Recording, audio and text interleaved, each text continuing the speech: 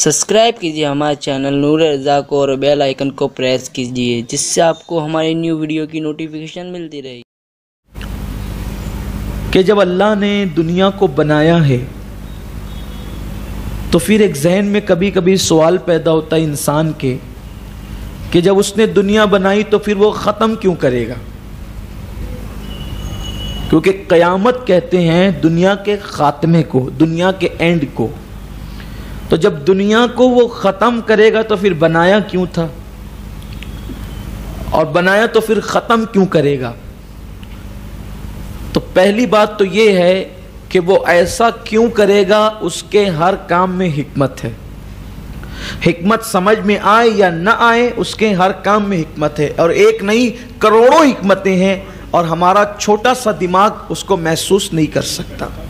دوسری چیز، اللہ تبارک و تعالی نے دنیا بنا کر پھر قیامت اور پھر جنت اور جہنم ایسا کیوں کیا؟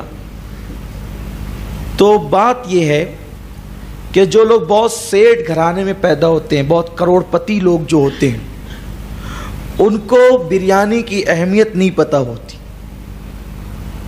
ان کو اچھے کھانوں کی اہمیت نہیں پتہ ہوتی، ان کو اچھے لباس کی اہمیت نہیں پتہ ہوتی. کیوں؟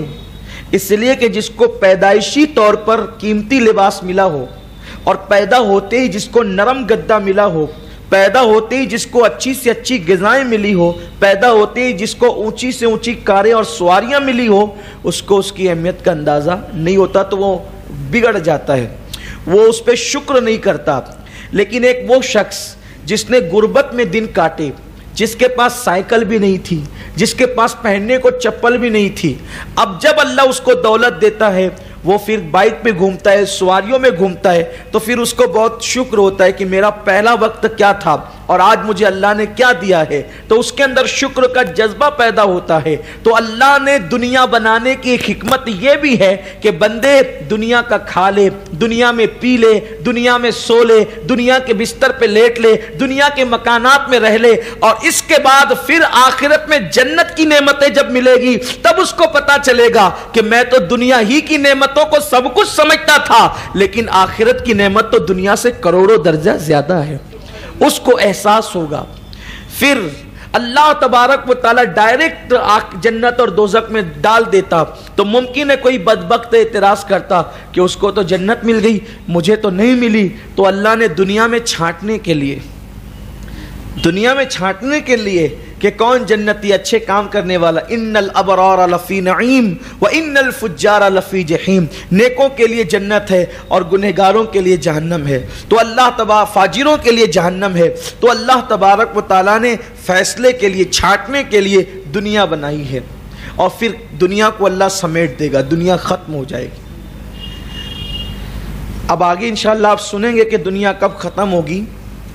ایک اندازہ ہے، لیکن اس پر مکمل یقین نہیں رکھنا چاہیے، لیکن ایک اندازہ ہے کہ سن 1900 ہجری میں، سن 1900 ہجری میں، ابھی کیا چل رہا ہے 1439، اور 1900 ہجری میں انشاءاللہ امام مہدی کی آمد ہوگی.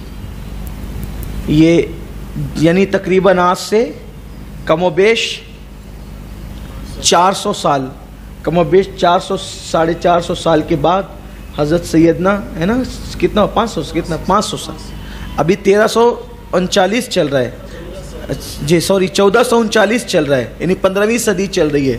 تو ابھی تقریباً 60 سال اس کے لے لیں تو کتنے ہو جائیں گے؟ 1500، اور پھر ادھر 1900، تو کتنے سال؟ 400 سال، یعنی تقریباً ابھی 450 سال کا عرصہ باقی ہے کم و بیش امام مہدی کے ظہور کے لیے. اب یہ گفتگو آگے انشاءاللہ دلائل کے ساتھ آئے گی، لیکن حتمی طور پر میں حتمی طور پہ نہیں کہہ رہا ہوں، ایک اندازہ ہے.